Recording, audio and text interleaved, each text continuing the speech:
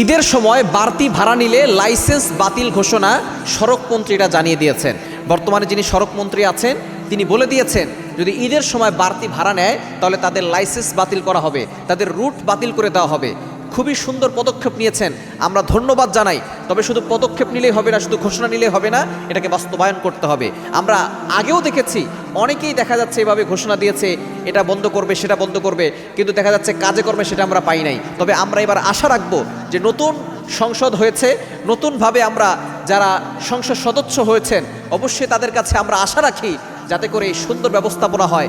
ঈদের সময় আপনারা সুন্দর পদক্ষেপ নিয়েছেন এবং বিভিন্ন জায়গার পুলিশ এসআই যারা আছে তারাও বলেছেন যে কঠিন হুঁশিয়ারি দিয়েছেন যদি কেউ ভাড়া বৃদ্ধি করে, পরিবহনে ভাড়া বাড়িয়ে দেয় তাহলে তাদের লাইসেন্স বাতিল করা হবে। কঠিন হুঁশিয়ারি দেওয়া হয়েছে। তবে এটাকে অবশ্যই বাস্তবায়ন করতে হবে যাতে করে রোজাদারের কষ্ট না হয়। রোজা রেখে অনেকেই দেখা যাচ্ছে ঈদের সময় তারা বাড়িতে যান, এই সময় একটু ভিড় হয়, অনেকেই বাড়িতে যান, তবে দেখা যাচ্ছে অনেকেই ভাড়া বেশি বাড়িয়ে দেন। এটা কিন্তু রোজাদারের উপরে কষ্ট দেওয়া হয়। আপনি রোজাদারকে কষ্ট দিয়ে কতটুকু আপনি আল্লাহকে খুশি করাতে পারবেন একটু চিন্তা করে দেখেন। সুতরাং সড়ক মন্ত্রীকে আমরা ধন্যবাদ জানাই।